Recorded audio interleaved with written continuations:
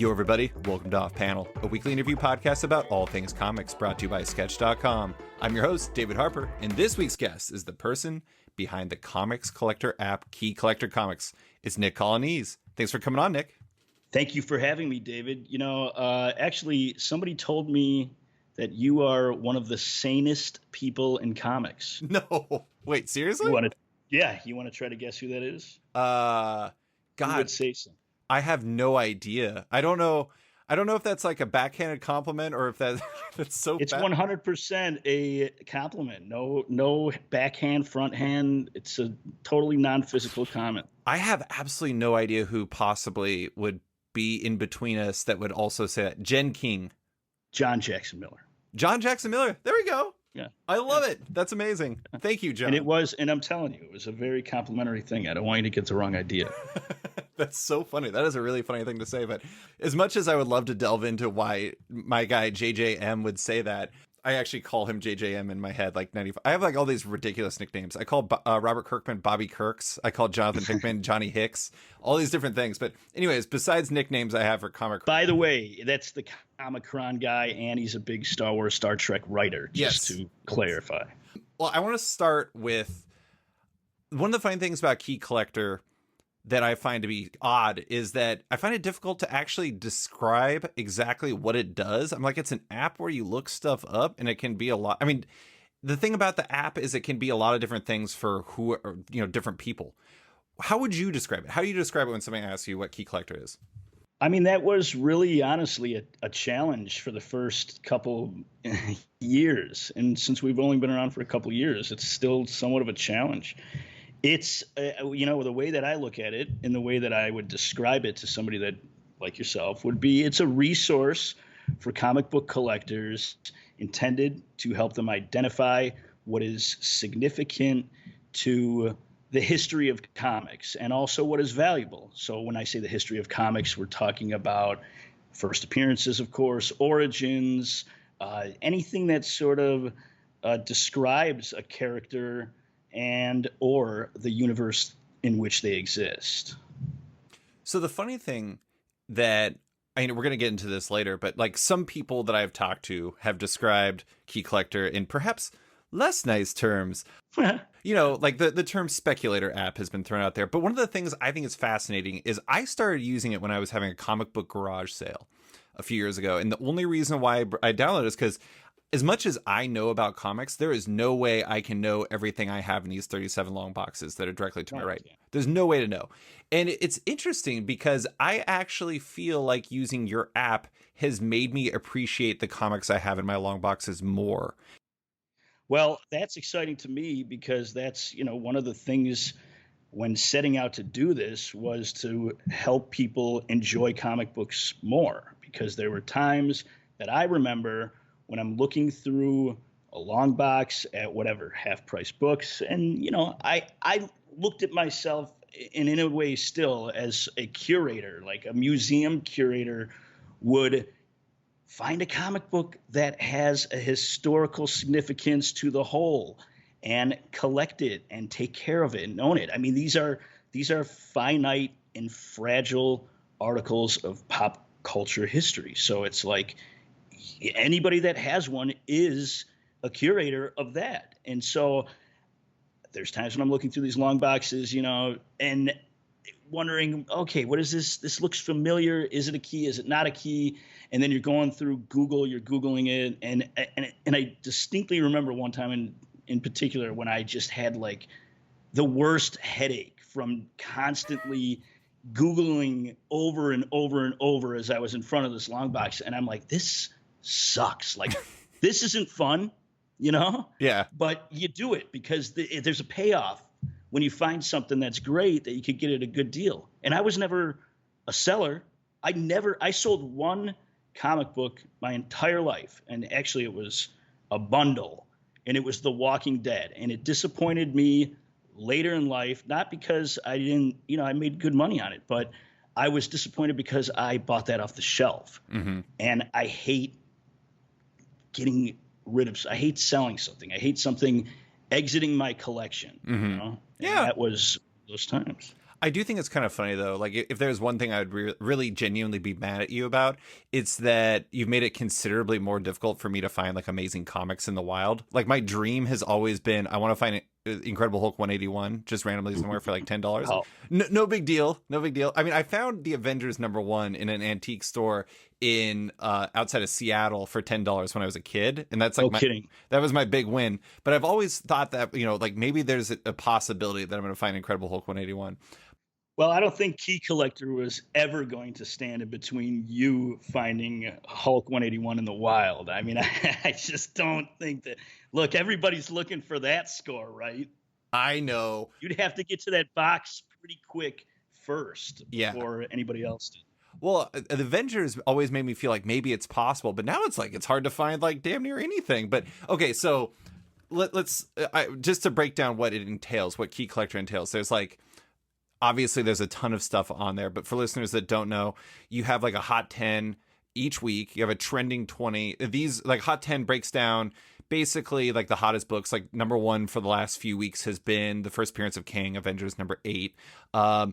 Trending 20 breaks down like, just books that are of interest right now, whether it's new or old.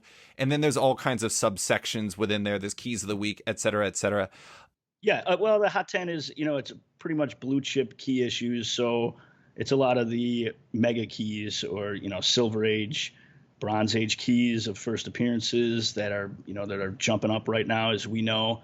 The way that we do the Hot 10 is we look for 3 points of data of record-breaking sales. So 3 points of data where in a particular grade there is a new record. So that's what will be a contender for that list. The trending 20 is different because it's more about quantity. Mm-hmm. What has spiked this week in interest that is moving, let's just say, units. And it's not so much about the dollars, it's more about the quantity of books. So it's, you have trending and then you have hot. Where do you look for those numbers? Is it like eBay, Comic Link, CGA, or what is it? No. Trending 20 is mostly eBay, just because that it's just it's the biggest indicator of what's going on in the market is mm-hmm. eBay. As far as just raw purchasing of comic books. Then with the Hot 10, we look at eBay. There's GPA is a great resource. Looking at Comic Link, looking at everything before they scrub it off their site, right? Which drives me crazy. And Heritage. Mm-hmm. Well, okay, so we talked about this on Sketch before a little bit, and so I don't want to get too far into the weeds just in case there's like people that overlap with this. But I do think so. The origins of this effectively are rooted in 2 things, if I remember correctly. One, the fact that you used to be you worked in like the liquor industry and you would drive around and you would stop by on your routes at varying stores looking through long boxes.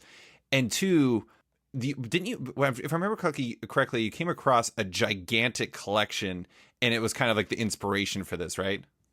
Yeah, that's pretty much where I had the idea. I already told you about the headache at Half Price Books, but right. I would go to different stores. There was a store in downtown Milwaukee, and right when I walked in, there was an X-Men 221 Mr. Sinister for like $1, and I'm like, this guy. So I'm looking through, I'm finding some good stuff, and I know I wasn't the first one to go through what he had, so I wanted to get into the warehouse or the back or whatever they had where they kept more of it. So I would talk to this guy. Hey man, where you got more comics? Yeah, I got hundreds of thousands of them. And then that's like Shangri-La to a comic book collector. It's like, you have what? Where? And he had an off-site building where he was a bookstore. He was a used bookstore in Milwaukee. Downtown Milwaukee, books bought and sold. So he had this warehouse, and eventually, we became friends. And I said, look, let me into this warehouse. And it sounds, when I'm telling you now, it sounds like, oh, here's a real devious move. But it wasn't, it became his friend. Let me into this warehouse. Let me pull out of this collection what you can put on eBay and literally pay me in the comics that I want, that mm-hmm. I would like to take home. So we had that agreement. And I spent an ungodly amount of time in the basement of this warehouse among hundreds and hundreds of long boxes. And then there was another area of the warehouse where there were even more, but they were like, it was, I mean, it was a mountain. It was a mountain of boxes of books and comics and everything. And it was, I'm telling you, it was cavernous. But I must have spent 4 or 5 months, probably every 2 days in that place for hours. Like, my girlfriend at the time, it was like, what is wrong with you? My hands are all torn up because how you go through boxes. It's like your nails get all like messed up.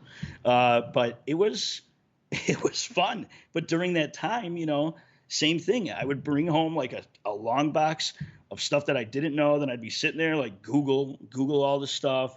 And then I just was like, this voice in my head was like, man, I wish that there was some resource that just consolidated all this information into one. Because we're talking about, Famous Funnies, 1934. We're talking about comics that have been around, that have been published in mass since 1934. Like you said, you can't remember them all. So the consolidation of information that is of interest is something that intrigued me just as a hunter of key issues. And then that voice said, well, why don't you do it? And I was like, no, come on. And it's like, no, go ahead. And I'm like, I don't think that I'm the right guy to do this. And it's like, look, you should. So I'm having this, argument with this voice in my head, which sounds insane. But I eventually, came to the conclusion, like, you know what? Why don't I do it? I've always wanted to work in comics ever since 1989 when I saw Batman. That's what got me into it, as a little kid. I was like, oh, I'm drawing, but I suck. I'm trying to write then later in life once I gave up the illustration dream. And I'm not that good at writing either. So I gave up. Okay, I'll just enjoy them. And somehow, just kind of out of nowhere, I'm in this comic book industry. And I'm so busy. I haven't really had the chance ever to sort of sit with that thought of like, hey, my childhood dream came true. And it's something that, as I assumed, but I wasn't totally sure, people would also enjoy. I wasn't sure launching this app if people were into it like I was. I'm not the type of guy that goes on the internet and looks at what everybody is saying. What everybody was saying about comics and I wasn't following it that closely. I was interested in what I was interested in. I wasn't selling it. I didn't really care about, can I buy this and it's going to spike. I loved it when it happened because it just justified my collection, right? It justified the fact that, hey, yes, this is valuable in a monetary way, just like it's valuable in a emotional way. Yeah. Personal way, however you'd like to say it. This is interesting. So, there's different ways, as you're saying, there's different ways that you can value a comic book.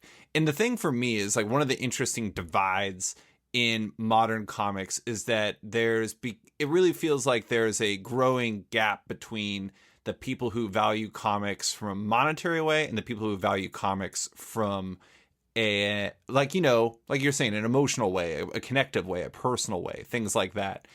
And I don't know. I mean, would you say, like, is there a 1 and a 2? Is there an order for you in how you value comics? Like, if you bought, like, let's say that Mr. Sinister first appearance, Uncanny X-Men 221, you get that comic for $1. Is it more exciting because you got that comic because you wanted it? Or is it more exciting because you got something that became more valuable later for a very low price? Oh, because I wanted it. I mean, it's like, again, it's like it's a pretty well-known comic, and it's something that when you see it for $1, it's like, oh wow, how did I get here first? It's a treasure, It's a treasure, and it's also, I don't think anybody can describe it. Maybe they can, but there's something about that, and I think it's the history of comic books that it occurred there, right? Mm-hmm. So Mr. Sinister first appeared, a really cool character, that has been in, at this point, hundreds and hundreds, probably almost up to 1,000 comics. Who knows? But it's just the fact that that was the introduction, right? And there's something that's exciting about that. Yeah. We don't know, right? Don't you feel that way too, right? Oh, hell yeah. You want to know what my most valued comics I have is? I love Stiltman. My wife bought me the first appearance of Stiltman. Okay, this is a test for you because you're Mr. Key. What issue is that? Is it Daredevil 8? Yep. Or is it 8? It's 8. Is it 8? It is 8. Is that the one? I know there's one with him on the cover that says like ass or something on the sign in the background. Have you seen that? I don't know if it's that. It might cover. say ass in the background. There's like a theater marquee, and it says, and I bet these guys, I'm sure there's hidden messages in so many comic book covers. Like, Alex Ross I think it was the cover of Terminator 2 or 3, where it says comics blows, and there's a lot of that. There's actually a category on Key Collector called hidden messages. That's hilarious.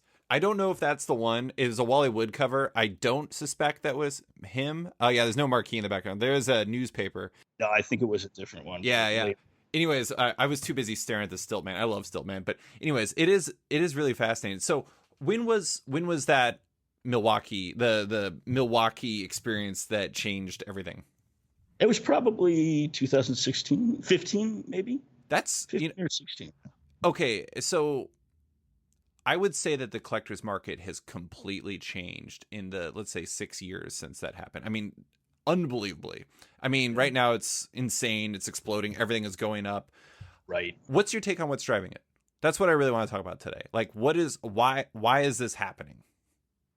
I mean, I don't think that we can really nail it down to one factor, but I think that a lot of it is, I don't want to say the pandemic is the reason. And I definitely do not think that it's a stimulus check that does it, because I don't think $1,000 stimulus check is going to make somebody go out and buy a $40,000 comic book, right? No. Well, I think that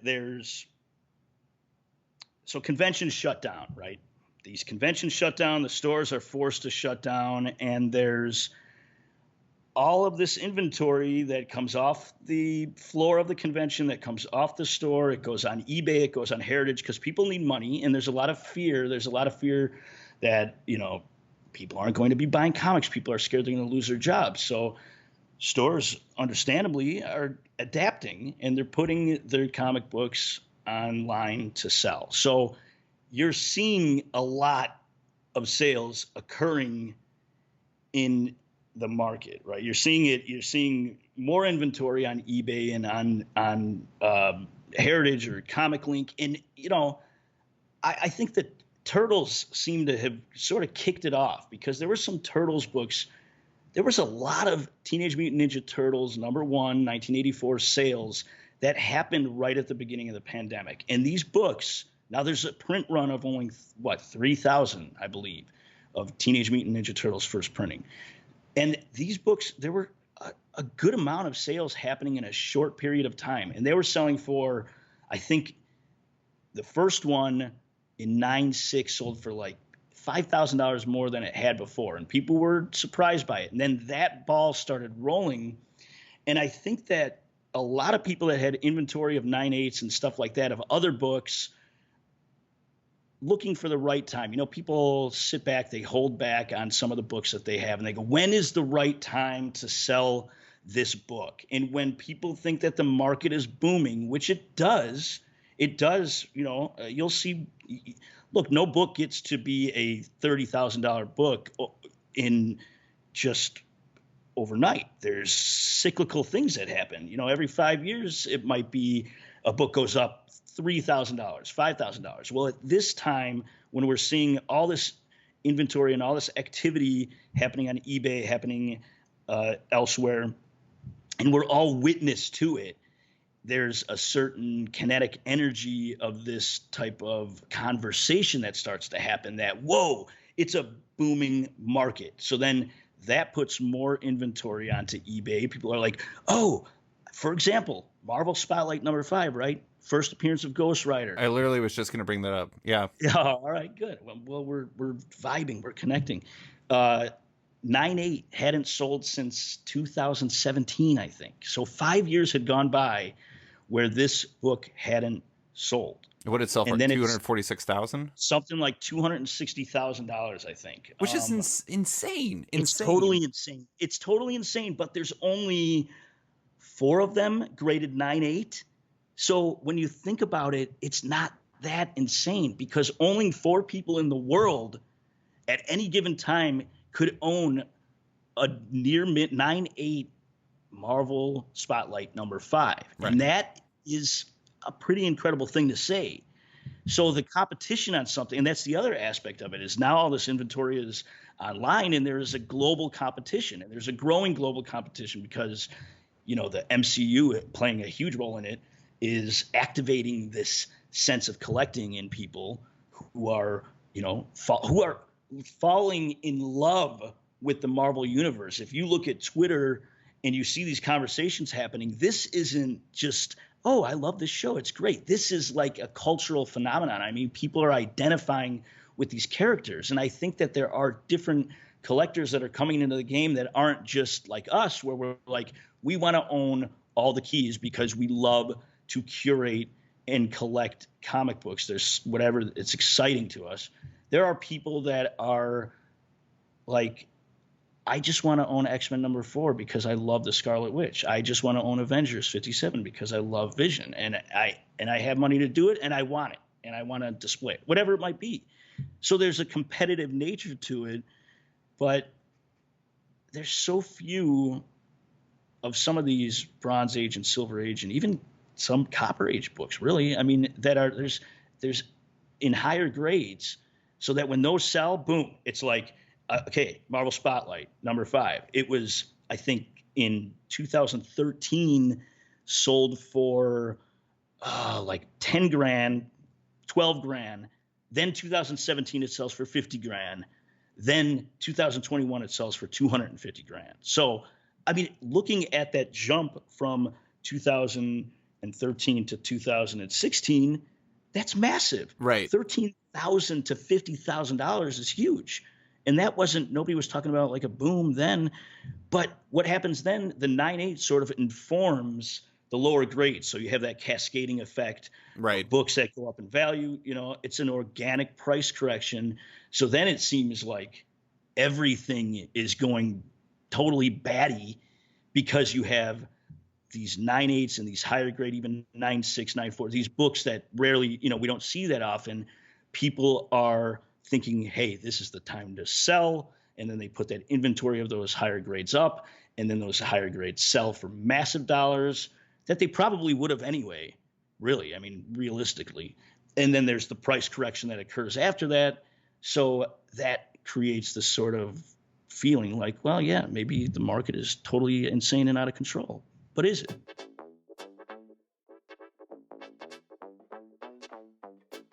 And now, a message from Bad Idea. Bad Idea is over. But they're still advertising, so I don't know what's going on. I guess it's another bad idea from Bad Idea. And now, back to the show. So there's 2 things that I think are interesting about this whole thing. One is, I did this, you participated, and it was a feature on back issues and how the market was exploding back at the end of 2020. And one of the things I thought was heartening about the whole thing is how many retailers told me that there's a lot of interest in just going through back issues to reclaim your childhood, to find the comics that were cool to you when you were a kid. And like that doesn't necessarily mean keys. That could mean, like, for me, one of the things that I've been like randomly finding and buying is like the Capwolf story from the 80s, because I think that story is awesome. And I have like 4 of the 6, and I've just been finding them randomly, and I'm not trying to buy them on eBay. I'm just kind of assembling it. But then on the other side, I think what happens is when you see that exponential growth, that massive growth in the sales of these, that's when you start attracting like these giant sharks, these like investors. I mean, a good example is like, look what happened with CGC. CGC was sold to, what are they called? Blackstone Tactical Opportunities, which is like one of the most nefarious names I've ever heard in my entire life. It is, man. It is. It's really fascinating that the low end, I look, and this is this is me attributing my own opinion to it as a merit statement. I look at those collectors trying to reclaim their childhood as like this warm and fuzzy thing, and I look at the Blackstone thing as like, boy, what is happening? Because like you see somebody like Chuck Rosansky from Mile High Comics speculating that this is like the beginning of comics acting as almost like an equivalent of like gold or silver, as like something you can have shares in. And I don't know. I mean, I know this is a question I'm sure you get a lot, but like, what's your perspective on the sustainability of this? Because it's like, I don't know how, like, how does, if that Ghost Rider comic, let's say in 5 years goes for $500,000, is that healthy, or is that like the market losing its mind? Well, I mean, you're going to, well, I heard Advanced Idea Mechanics is probably going to invest in comic book collectibles too soon enough. But I support AIM. Right? Support AIM. Yeah. Oh, look. So, is it sustainable? If you look at the history, and look, here's one aspect of collectibles that I think that, when CGC launched the census, I think that did a lot for the boosting of collectibles in terms of dollars, in terms of value. Is that the population, like figuring out how many? Right. So at no time before did we have the ability to go, okay, well, how many 9.2s exist? And then once you find out, okay, there's a very small number of this type of this collectible that in existence. Well, then it's like, wow. Okay, we can revalue this pretty easily because we have an idea of what's out there in the market. Right. So I think that had a huge aspect of changing the sort of way that people look at value. And as far as sustainability goes, yeah, right. How can Ghost Rider number 5 in 9.8, how can it be more than $500,000 at some point in our lives? Well, we might not see a 9.8 sell again for a decade, for 10 years. Yeah. Right. Yeah. So what does that look like in 10 years from now? There might be a way bigger, because look, I don't know when you got into comics, when you were, like a kid. 6, I don't know what got you into it. Do you Transformers, the Marvel movie, comics. Was it, but did it have anything to do with the movie? Oh, of course. Yeah. I mean, like, I was just a Transformers nut. I wanted as much as I could possibly get. And so I'm pretty sure I was watching the cartoons and playing with the toys and watching the movie, and I found out there was comics, and like we just found a ton of them at like some place for probably 25 cents per issue. There's always a gateway drug in the comics, it seems like. Right. So for me, like I said, it was Batman. I'm sure a lot of people, it was Batman in 1989. There's a lot of people that I know that got back into comics because of The Walking Dead.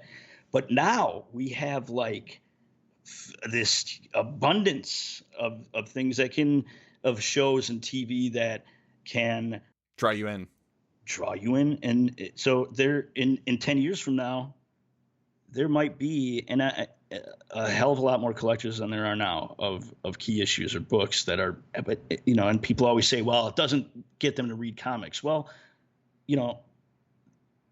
maybe not conventionally like buying periodical comics, but are they reading it? Are they reading comics? Are they reading trades? I mean, trades are up, right? Yeah. There's a lot of different ways to read comics now. I think that it's important, kind of back to what you said earlier, like, hey, there's a lot of criticism about how people will just collect. Like, and then you asked me, put yourself in order, like number 1 for whatever you think is more important, collecting, reading, whatever. I mean, the way that my relationship with comics, let's say, before Key Collector, was I'd get trades. I have hundreds of trades because I don't want to touch the key issues. I don't want to flip through them.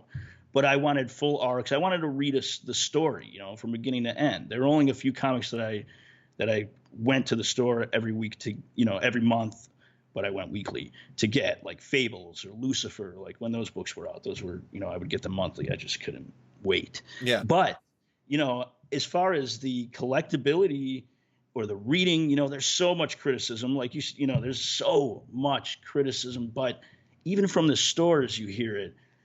I look at the comic book the health of the comic book market, it's like a tent, right? There's three poles that hold it up. There's the readers are one, there's the collectors that are another, and there's the flippers that are the third. And if one of those go down, that it will significantly affect the shape and and life of the tent, or however you want to say it. But it's, those three aspects of people that purchase comic books, those three types of purchasers are keeping the periodical market alive. Mm-hmm. So if one goes, it's going to make it a lot more difficult to sustain that. So I'm curious. This is something I just talked about with John Hendrick from Big Bang Comics in Dublin. He was on my podcast last week, and he was saying that one thing that they've been doing to try to work with people who are traditional flippers, speculators, whatever you want to call them, who like, I want 10 copies of this so I can get this variant copy or comic and everything like that. They've been, as they would, label it, like training them to basically like, if you want that, you need to pre-order it because otherwise you can't guarantee you're going to get it. Right. And so I'm interested in, like, that's a desired behavior from a retailer standpoint. But yeah. I know that a massive portion of like where the, value comes from is keeping that number down.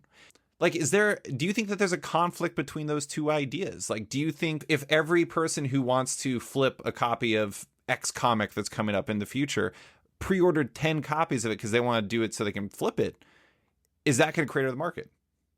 I don't know if I got the question right. You said it, so. Are you saying it's causing a inflation of like printed copies? That's kind of. So like, if every person who wanted 10 copies of, like, let's say Batman Fortnite #1, a comic that was terribly under ordered, if every person that was going to try to sell that because they saw potential value on it ordered 10 copies at FOC from their shop, bringing the orders up to maybe where they should be, would that dramatically impact the resale market? Because it's like what's desirable for a retailer and what's desirable for the people who are trying to profit off of it. It seems to me that there's a tension there. I don't know. I mean, how do you view that? There is a tension. And, look, I remember this was before Key Collector, going into a store, going through the bins, looking for, I remember I think it was Alpha Flight number 34, Lady Deathstrike. And I'm like, awesome. And then I look at the cover and there's a big stamp from the store on it. And I'm like thinking to myself, did this guy stamp everything in the store in case one day it got valuable and he did not want the customer to? It's a really weird. Isn't that weird? Isn't that strange? But, I think there is a tension. But as far as people ordering at FOC, I mean, it's an agreement, right? I mean, the buyer, the person that is buying it from the store, is buying it for the reasonable amount. I think it's a responsible thing to do. If somebody wants to buy 10 copies of Batman Fortnite that they feel they want to resell, they're taking on the risk, and they're pre-ordering it so that the store isn't, become an enemy to anybody for selling out to one individual who knows that it got hot, which shouldn't happen anyway. I mean, the stores are gatekeepers of their inventory. If somebody comes in on New Comic Book Day and wants to buy every copy of one issue, it just shouldn't be allowed. So I think that sort of handles that problem. But I think that there's ways around these things. I'm not sure if I answered your question. You totally did. I mean, I think it is just interesting. Like, one example that came up like last year that I was going to bring up to you, and this, I'm just going to get into this briefly because there's some other stuff I wanted to talk about and before we get too far into this, but X-Force number 13. I don't know if you remember what this is. Like, the most recent one is Solemn's first cover appearance from Ten of Swords. And it was interesting because the shop was sold out before I got there, despite, like, I got there, I'm pretty punctual. I was there like 20 minutes after opening.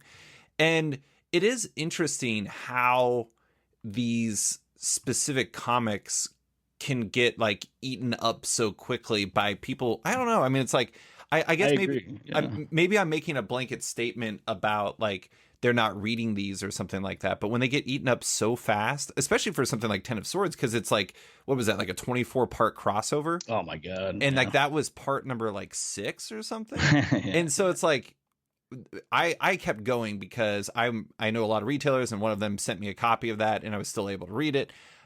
But some people just might stop reading Ten of Swords from there. And it is interesting because it's like, you know, when one type of reader kind of eats it up, there can be like a like the short term can affect the long term, if that makes sense. I think there's an overlap. I mean, there are people who read and there are people who collect. I mean, me as a reader, you're both.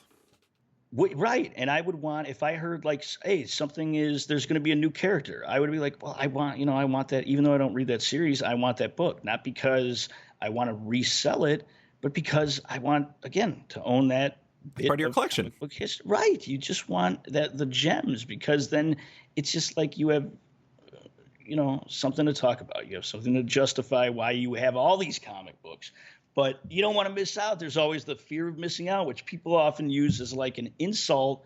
But we're collectors, and that is something that is intrinsic. It's something that is sort of innate to us with our relationship with comics. Is, of course, we want to possess that. Do we want to sell it? Do we think we're going to make $1 million? No. I mean, but there is that sort of air of. It's almost like this pious sort of, oh, well, you're lower than me. And they're not even speaking to anybody in particular, but there's so much of that, like blanket statements of like, people are idiots for buying at this level right now. Why are they buying stuff for $50,000? Well, they're idiots, right? And it's like, I don't think that somebody that has the ability to buy, Hulk 181 for $50,000, they're probably not an idiot. There is a reason why that book sold for that amount of money. Oh yeah. Yeah. And they probably know that it's right now it might not shoot up in value, and they might be able to get it for $5,000, but they, for whatever reason, they bought it now for that amount. But not every 9.8 or 9.6 is created equal, right? Like, that's another thing, is a lot of people will say, why did that book sell for $15,000 and then it sells for $12,000?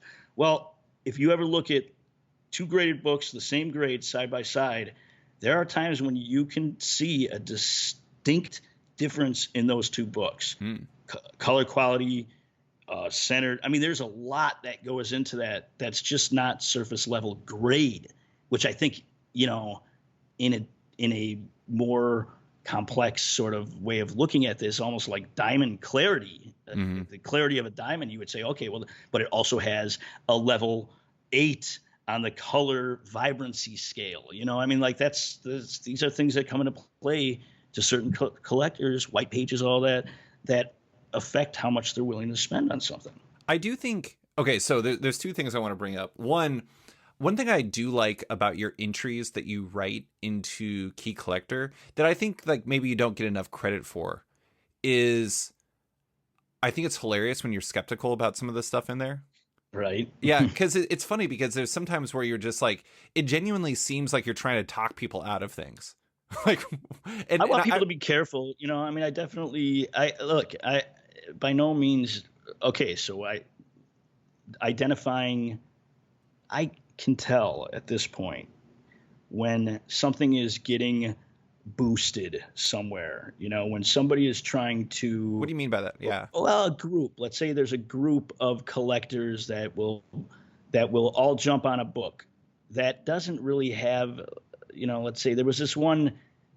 What was it? Agritsuko? Do you know what I'm talking about? Yeah, the Agritsuko Oni book.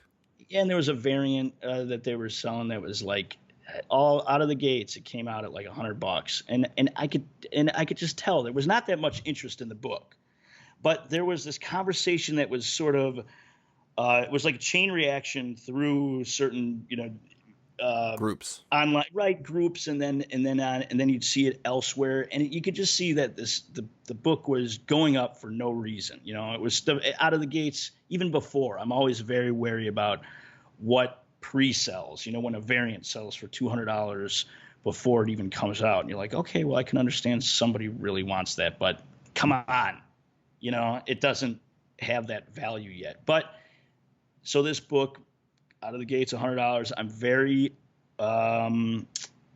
cautious about it, and I won't change the price on something like that, to change the value, if I get the feeling that, okay, this book could be being elevated for reasons of profit elsewhere. Right. I mean, I have to have that responsibility. I have to, because I don't want to be a party to discouragement. If somebody buys something, hey, okay. And there's a lot of that goes on. There are a lot of individuals out there that are trying to, convince people that this book is hot or this book is going to get hot, and it's, you should buy it for triple, quadruple. But that's an organic thing that happens. It doesn't need to really even be talked about, although it does happen. It's fascinating. This is sounding even more like stock trading, where it's like people are like kind of playing the game in a very unique way. But one thing I wanted to bring up, I'm going to be honest, I am not a CGC guy at all. I have absolutely no use for a graded comic. I own zero. Me neither. I own zero too. Yeah. I've never gotten a book graded. Why? Okay. I don't care to. Would you say that from the back issue market standpoint, like what's the split, not monetary, not revenue, not like, obviously like a Marvel Spotlight #5 for selling for $200,000+ is going to greatly outdo somebody buying 20 different Daredevil #8s at a comic shop or something like that in terms of revenue. But do you have any sense as to like what part of the market is CGC versus what part is just like, as they say in the parlance of back issues, raw comics, like just ordinary ones? Yeah, I hate that term too. It seems really weird. I don't like saying raw comics. Neither do I. I actually was talking to somebody about that. I said, I don't. We gotta come up with a better term than that. I say ungraded. Okay, that works for me. Right. I don't like to say raw. There is some. Thank you for saying that, by the way, because I got looked at sideways when I said I'm not going to call this a raw book. It's gross. It's weird. It is gross. It is totally. It's not like what are you going to say? Sushi grade comics? Come on now. This is weird. There's something like right. Okay, I'm glad that you said that. But what percentage? It's hard to say. I mean, it's hard. It's hard to say. I think that there's. But I definitely think that there are two different types of collectors. I mean, there are people that just stack graded books, that will only buy graded books. And then there's people like you and like me. And like I said earlier, that whole like curation, once you entomb a graded book, you're not really responsible for taking care of it anymore. So there's, you miss that sort of romanticism. Let me just say one thing. Yeah. One of the best tips that I had gotten picked up from a convention was when I went to the Torpedo Comics booth, and they were triple boarding their key issues. And I picked up one of these books, and like all in the back. Yeah, three boards back. 3 boards That's together. insane. It was when you take one of your books, your favorite key book, put 3 boards in it, and tell me how better you feel about that book being safe, and you don't have to worry about it. Like, that's a huge thing, right? Sure. I mean, the funny thing is I'm also not condition is kind of like a secondary. Like, one of the things I'm trying to do now is I'm trying to do I've wanted to do it since I was a kid. I've always wanted to have the entire first volume of X-Men, like, Uncanny X-Men. And let me tell you, that was a lot cheaper like 20 years ago. Anyways, don't blame me. What's that? Don't blame me. Oh, I might. But no, I mean, it's all right. It's funny though, because I was actually bidding on a copy of X-Men '94 recently, and I was like, oh man, I might win this. I was like, I definitely didn't win this, but and I'm putting that together and everything. I got X-Men #4, Scarlet Witch's first appearance when I was a kid, and I don't think it was for like $10, but I think it was for like 20. It's not a great copy, but at the same time, it's like even a not great copy, it's going to be pretty pricey to get. I do think that all the press clippings, let's say, to use an antiquated term, about the back issue market is typically about those big sales. Like, this comic sold for $264,000, this comic sold for $500,000, this whatever Action Comics #1 sold for like $2 million or whatever. But I do think that like sometimes the interest in the regular old like Joe Schmo comics that somebody like, I want to get Capwolf.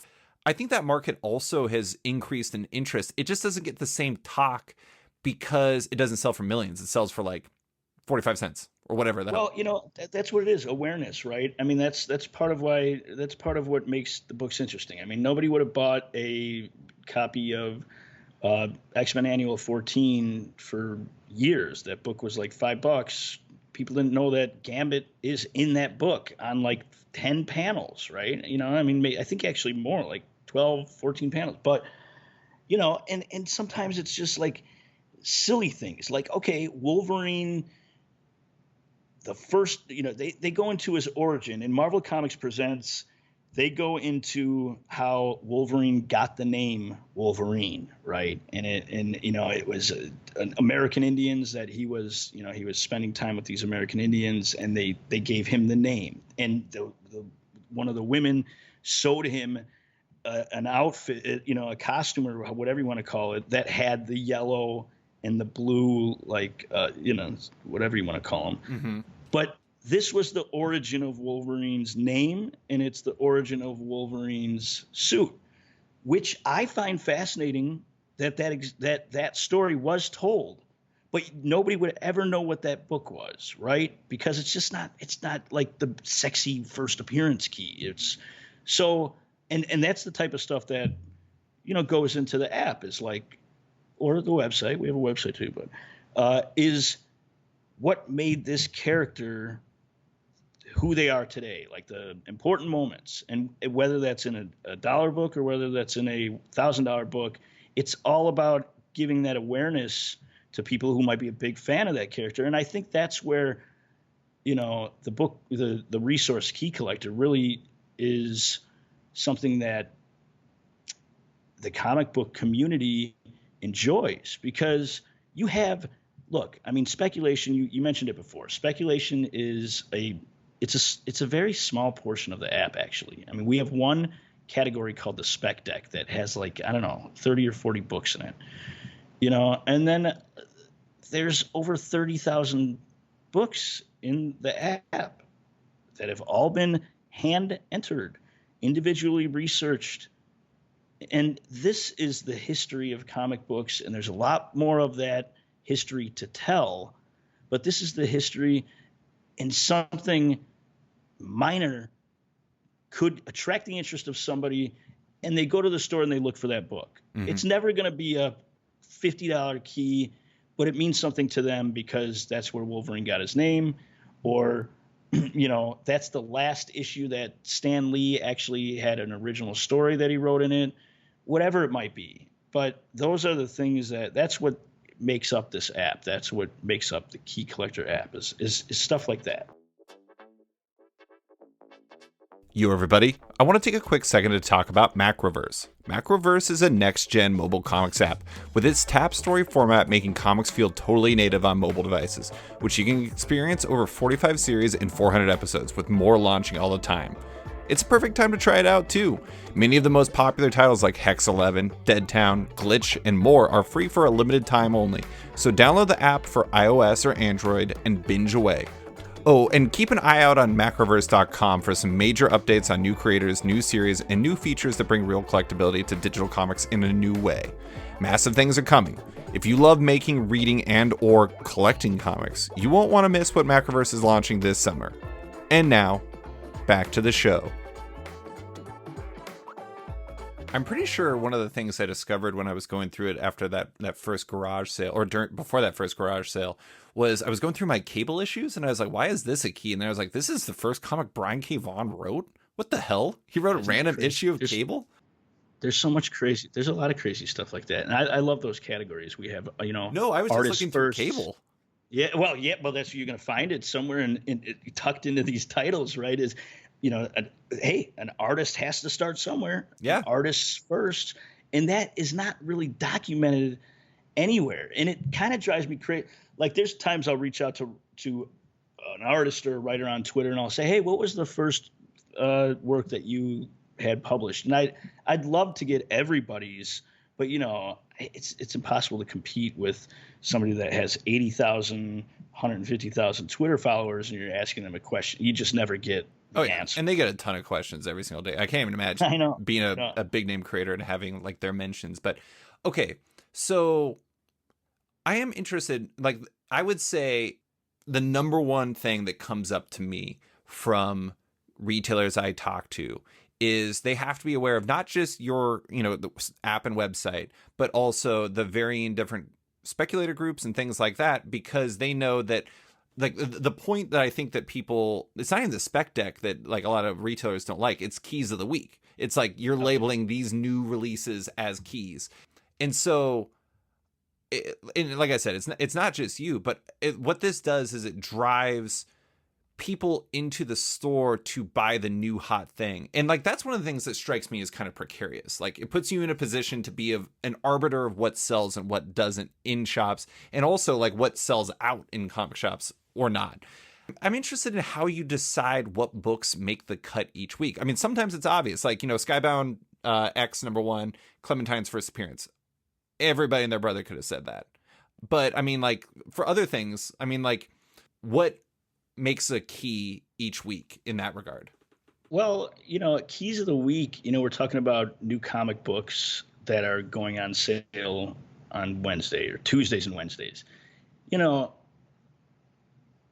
There's a lot of resources out there that have everything, but everything, and I'm even speaking as a whole, like everything published in comics since 1934. It's very difficult for somebody that's not like super honed in on comic books every day to sort of get their head around what's going on, what's coming out, this and that, if they're looking at everything. So looking at keys this week, I read the solicitations. I read every solicitation that comes out from every publisher. So I do not. Right, exactly. And so premier issues, #1 issues from the independent publishers will always go in, because you never know what's going to happen as far as if that's going to become a key or not. Right. But after they're released, maybe a week after they're released, they go into the independent category, Indies 2021, and they disappear from the regular search. I don't want to have thousands of indie books, if you want to just browse through Key Collector, that show up, because then I'm losing on that whole idea of having a concise and comprehensive resource of keys. Now I have a jumble of all this stuff. So a lot of the stuff we put on there just for awareness. Let's say I want to collect like Detective Comics. It's not every week. It's not a key. And by no means do we try to say that it's a key, but there are people who want to know when Detective Comics comes out because they collect it. Batman, because they collect it. So a lot of the really, popular books might go on there just because we want people to be aware that, hey, this is coming out. And then it's not a key book. It will not be searchable. It won't be in the title search. But, people get real specific about what key means. And unfortunately, there's not a specific definition. It's like It's a relative idea. It's a relative idea. So, Key Collector Comics is an app that is focused on key issues, but we want to be a resource to people who we know, as many people as we can, who buy comic books on Wednesday. They want to know what's coming out. We don't put anything in the description that leads people to believe this is a key issue. This is going to be a key issue. Sometimes it says, well, there's a possible cameo, because in the solicitation for the following month, they're talking about a character that wasn't talked, right? You know what I mean? Yeah. They're talking about a first appearance of a character. So there are things that say there might be something about this issue, but we probably won't know until the week that it happens. And then, a retailer could tell me about it. But it's very clear in the description whether we're saying, okay, this is issue 2 of the event Heroes Reborn. This is issue 2 out of 7. Mm-hmm. We're not saying that's a key, but for people that want to collect or read that, like, for example, okay, here's a good example. We have reading lists, right? Age of Apocalypse. Not every one of those is a key issue, But there's a category that's specific to the Age of Apocalypse reading order that if somebody wants to go collect those issues individually because they want to read it, they want to, or they want to own the entirety of that story, they can do that. But not every one of those issues will be searchable in the actual title search. I see what you're saying. Yeah. You know what I'm saying? Yeah, yeah, yeah. Hopefully I explained it. Okay. No. I mean, it's interesting. Like, one of the things, like I said, I mean, like, I'm really of two minds about the whole thing, just because I get a lot of personal value out of it. But at the same time, when I go into a shop on Wednesday around open, it's amazing to, I mean, I don't know if you've actually went into a shop and seen it yourself, but like, there are people who go in at like whenever the shop's open, and they just have their phone out and they're getting what you're saying. And that's a lot of power to wield. And like, you know, it's funny, like the easiest parallel is Wizard in like, I think the aughts. A lot of people thought, and I'm not saying that you're doing this, a lot of people thought that effectively that they were kind of, you know, being encouraged to label something as a hot book. And right, that's always the concern with something like that, is when you have this type of power to dictate the interest. It's like, you know, it's like you have to be airtight in like the way that you look at it. And I'm not, this is, like I said, this is not me disparaging or accusing or anything like that, but it is interesting because it's like, I've seen it at shops, and I've seen it like when I have my garage sale, people come in and they have your app out, and it's like they're using it like the Bible. Like, they are trying to get me, and I'm like, damn it. Ugh. Like, here's a good example. I had all of Knights of the Old Republic. Don't get mad at me, John Jackson Miller. I had all of Knights of the Old Republic. I sold all of it for like 50 cents an issue. Oh, you should have used Key Collector. But, you know, I mean, but that's, yeah, there's a lot of keys in John Jackson's run. I mean, a lot of those books blew up, but I don't know if a lot of those books, you know, look, there's other parties at play that will get behind a book for whatever reason. I don't know if it's financially driven, I assume, and they will talk it up like however they talk it up. But going back to what you are saying about dictating what is a key or not, I can't, and I've never gotten the feedback from somebody that they are buying everything that's on the keys this week list, you know, that because there's maybe 20, 30 books. And again, a lot, sometimes even more, but it's awareness, because there's a lot of people who like Lucio Perillo, right, as an artist. So a lot of times his books will show up, his variants, because I know that there's a lot of people that are fans of that artist and they would want whatever he puts out. There are ratio variants that might not be, you know, usually when we add back issue variants, they have to consistently sell for $25 and up. But new ones, we don't know what's going to go. We don't know what's going to be, you know, what's going to resonate with collectors as far as variants go. So we'll put nearly every ratio variant that comes out. As far as like individual issues, like I said before, we just want to be a resource where people know that, okay, I know that this is coming out on this week. That's something that I could plan for. Mm-hmm. But keys, because that to them, that might be a key. They might, you know, want to collect all the Turtles books that comes out every week. But anybody that's asked me about that, I say, look, not everything that's in keys this week is going to be a key. But yeah, the title keys this week would infer that it is, but the description dispels that it's going to be a key issue, because we don't have anything that explains it as. And by the way, I'm very careful about using language that tries to convince somebody to purchase something. If you look through anything on Key Collector that comes from us, like we have people that do the Top 10 Pro Spec, which is by the Tales from the Flip Side YouTube channel, and they'll do a speculation feature every Tuesday on the app. And you know, they send me their speculation picks in a line of reasoning why, logic, and that's theirs. And it's clear that, hey, this is a sponsored, let's just call it a sponsored post. But as far as everything that comes from Key Collector, you're not going to find anywhere that says this is a book you should get. This is a book that's going to go up in value.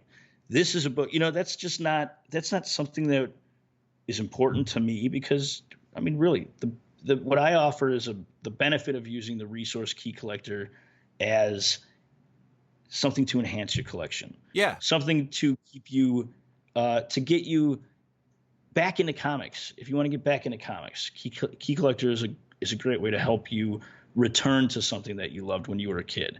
But it's not about buy this, but it is about you can feel like you are as informed as somebody who has a hell of a lot more time than you, which is the reason for the key issue alerts and everything like that. When there's news and we do a push notification because it just got announced that this book got optioned for TV or a movie. Well, that's not us saying, you got to buy this book. Right. That's us saying, here's the information, do with it what you will, just like any news source that gets that information would do. I mean, it's no different than any news source that would pass that information along.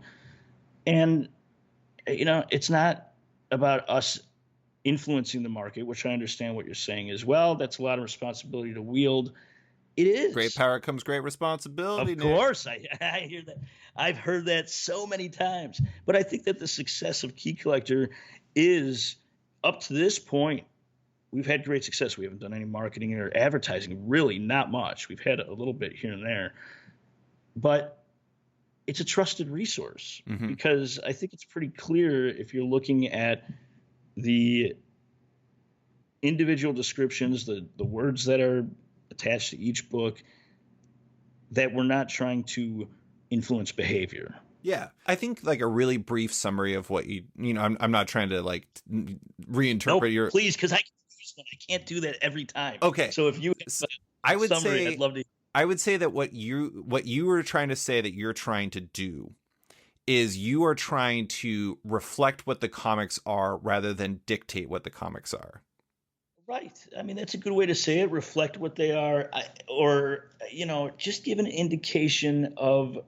I mean, if it's a key, just nothing sucks more than missing out on something that if it's there at the store, right, and you passed by it, it's just kind of discouraging. And at some point, after missing out on everything or a good amount of things, you might not want to really collect comics anymore because you're tired of being uninformed. So we try to keep people informed. I do think it's interesting because like I would say that that's probably one of the, I mean, there's always been the idea that there are roadblocks to getting into comics because people don't know the key information. Not the key, I don't mean key in that sort of way, but like the information about like what's a good comic to get, what should I check out. But okay, just a few more questions though. I do want to ask. Well, can I say one thing about that? I think Sure. It goes even bigger than that. I mean, imagine somebody trying to jump into.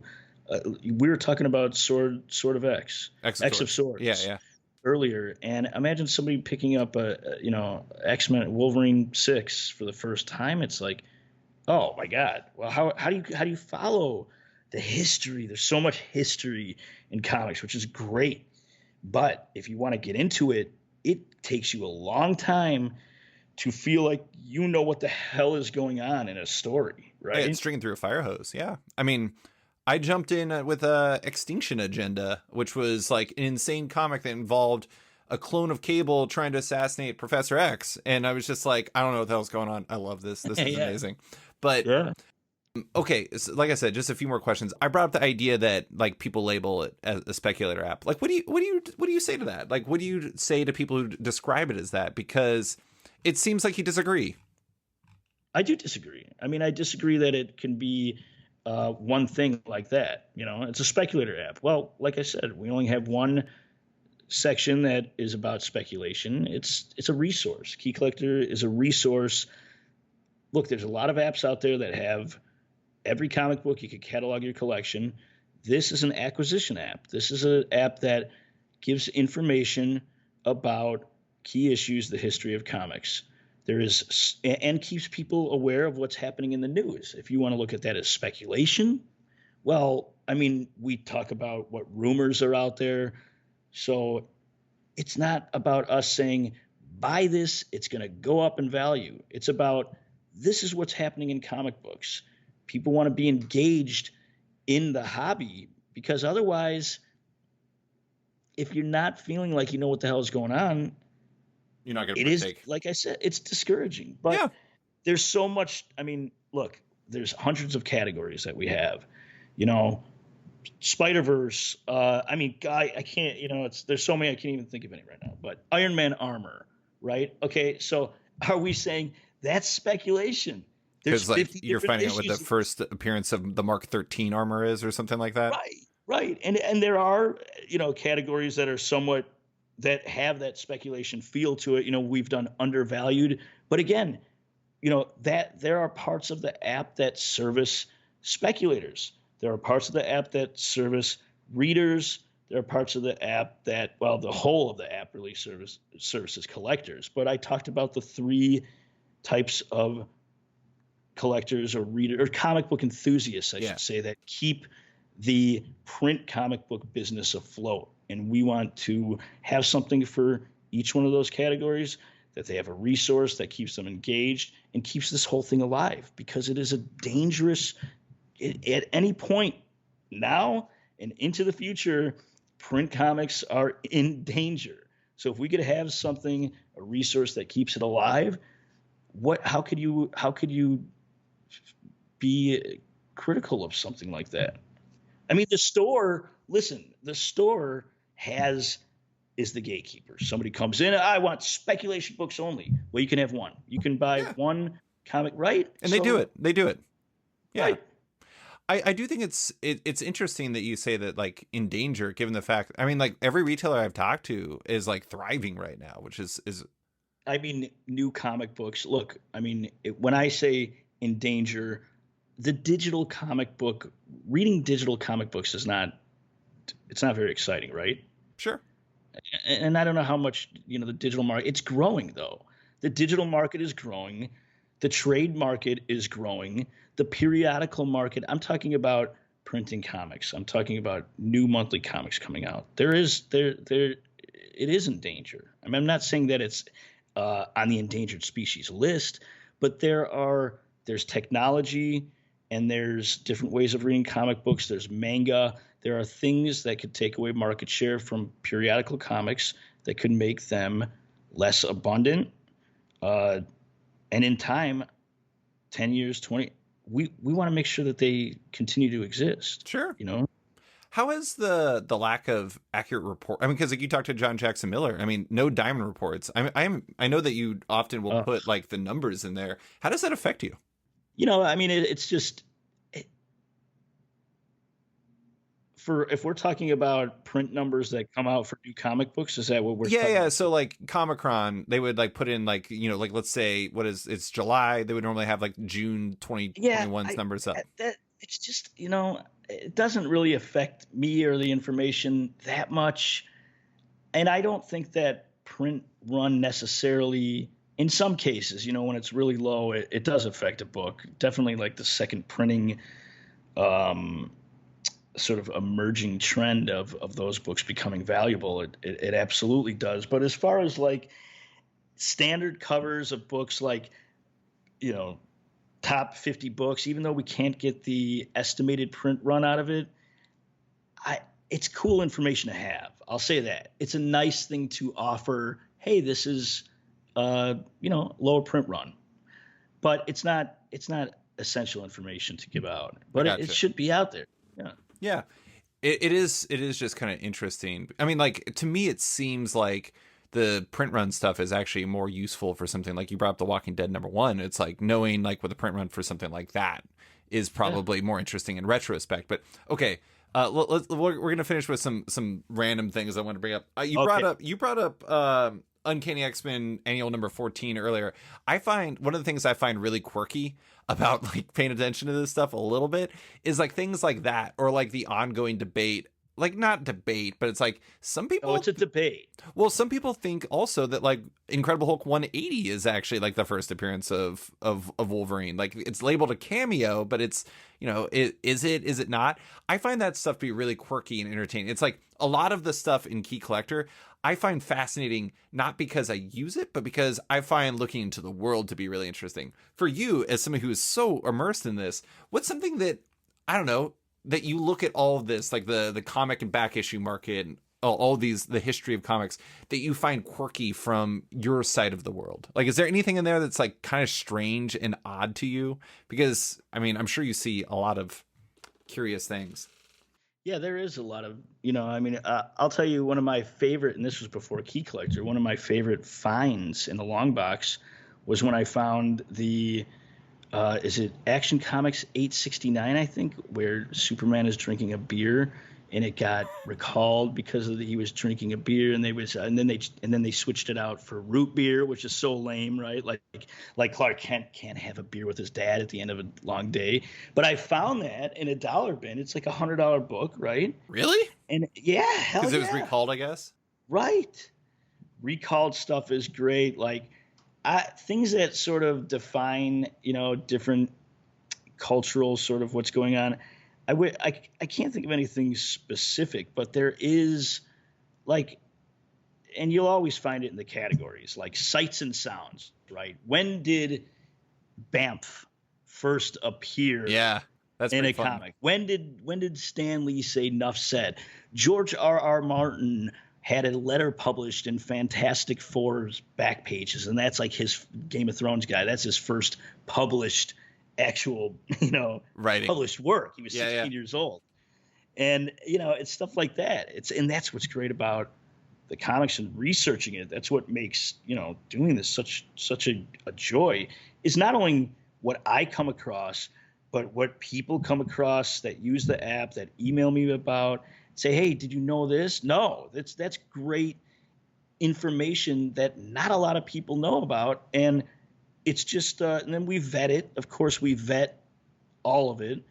And then it's just sort of a collective resource of information that people have picked up on, or a lot of it is forgotten. There's so much of that stuff that's forgotten. And when it's rediscovered, it goes, it has a place in the app. Comic book history like that. Yeah, that is a good way to look at it. I just find the Uncanny X-Men annual number 14 thing, which as you noted earlier, is like Gambit's real first appearance, despite the fact that I was 100% on board with Uncanny 266 being his first appearance. But it is just like, it's so funny how there's all these little things. I mean, like, that was when I was growing up, Wizard was my thing. I loved Wizard because Wizard in a way made me feel more connected, because growing up in Alaska, I didn't know anyone who read comics. I knew the people who shopped at the comic shop, but I didn't know anyone who really read comics. And in a weird way, it like made me feel more connected to other people who loved comics. And it's like, I can see the DNA of the parts of Wizard that I liked in what you do. I'm interested, to close, like, this is a pretty crazy time in the collecting world. It's exploding. There's a lot of skepticism, there's a lot of excitement, there's a lot of everything. Like, what are you looking to do with the app going forward to, like, I don't know, ride this wave? Well, there's a lot of things that I can't talk about. But we definitely is one of them elevating Daredevil number 8 as the most important key of all time? Yes, Stiltman is going to have his own category soon enough. That's not going to be a long list. Actually, there are rumors that they might have him in Armor Wars. Oh my God, that is technically armor. Right? Yeah. It is. So that might actually happen. He'll probably get killed off right away, though. Oh, God. I'm just kidding. But look, so a lot of Key Collector, before I even actually launched it, which is a story within its own right, but it was about, what do I want as a collector? What do I think is exciting about a resource like this as a collector? So every decision that's made is made from that perspective of, what do I want as somebody that collects comic books, that collects key issues, both in making things easier, making things more functional, and making things more fun. Like, the whole thing, and I think a lot of resources miss out on, is just, what can we do to make this more fun for people, exciting, not just the looking through and searching and trying to find. No, there has to be more excitement to it. And that's the future of what some of the features that we're going to be building out is making things more enjoyable. I can't get into it. I'm trying to answer this question in an interesting way, and I know I'm totally failing. I apologize to you and your audience, but I know what you're saying though. You're trying to like not just make people like mindlessly search through stuff. You're trying to activate them. I mean, like that's like a central issue for like damn near everything. I mean, like, and it makes sense that would be your focus. But Nick, that is all I have for you. Thank you so much for coming on to talk about Key Collector Comics, the crazy back issue market, and everything else. I appreciate you taking the time. Thank you, man. I really appreciate you inviting me on, and thank you to your audience for listening. Thanks for listening to this week's episode of Off Panel with Key Collector's Nick Coglianese. You can find his work in the Key Collector Comics app and its website. Love Off Panel, want to support it? Subscribe to the podcast on Apple Podcasts today and give the show a rating or review while you're at it, but 5 stars only. You can also support the show by backing it on Patreon. Find the show at patreon.com/offpanel, and when you back it on there, you get early access to each week's podcast as well as weekly content and more. Want even more? Subscribe to my subscription comic site Sketched at sketch.com for long-form articles, interviews, and the rest of the site's content, and its members-only forum. You can find Off Panel and Sketched on social media by liking on Facebook at /sketched. That's SKTCHD. Follow on Twitter and Instagram at @sketchcomic or following me at @slicefriedgold. Big thanks to all my existing patrons, including Raj Patel, Jack Mulqueen, Kyle, Carl Kerschel, Robert Masella, Elza Chartier, Luke Nakashoji, Elliot Metz, Dr. Luke, Scott Hazelwood, Scott Buon, Michael Tunk, Canadian by Proxy, Johnny Cannon, Zach Thompson, Bradley Rader, Carl Troy, Megan Marsden, Brandon DePillis, Patrick Brower, Declan Shalvey, Dan Garino, Josh Williamson, Adam Freeman, Ben Wild, Brian Klein Q, SB, Antonio Offen, Nick Bennett, Daniel Whitfield, Scotty Young, Susanna Polo, Jeff Weir, Reed Hinkley Barnes, Mario Tiambang, AbductedTheComic.com, Andrew Carita, Matt Mahoney, Charlie Chu, Stephen Hall, Pensacola Pop Comics, Kim Eslin, Philip Myra, Christian Shelton, Kenny Porter, Chris Pacello, Torrin Grunbeck, Fuzz Bubbles, Christopher Todd, Transmitter Dow, Waltz Comics and Books, Carl Mizell, Danny Ollie, Paul Salates, Akil Wilson, Alex Dimitriopoulos, Terry Dodson, Liana Kingas, Wesley Giff, Sean Kirkham, Alistair Ross, Julio Anta, Brett A. Schmidt, Jason Goodmanson, Paul Reinwant, Vita Ayala, Tara Ferguson, Dave Slusher, WQ Comics, Akil Kokachi, Sean Pinello, Ken Heidelman, Philip Seavey, Al Union, Ryan Alcock, David Kelly, Robert Wilson IV, Nick Polito, Brendan Fletcher, Jonathan Nilsson, Matthew Groom, Jason Massey, Adam Bogert, Matthew Taylor, Nick Patera, Jacob Sorelli, Ford Gilmore, David Baraldi, Nick Hall, Bjorn Basin, John Hendricks, Steve Anderson, Ian Maxwell, Cliff Chang, Colin McMahon, Chris Palmer, Scott McGovern, Nathan Fairbairn, Kat McKenzie, Adam Highfield, Fiona Staples, Mark Abnett, Mike Murphy, Michael Shirley, Tom Barnett, Jim Demonakos, Norbert, Nick Lowe, James Kaplan, and Mission Comics and Art in San Francisco. You guys are all the best. A quick thanks to Upright T-Rex Music, who wrote and performed Odd Panel's theme song just for the show. Check out their music on Spotify because it's completely delightful. Thanks for listening, and tune in next week for another episode.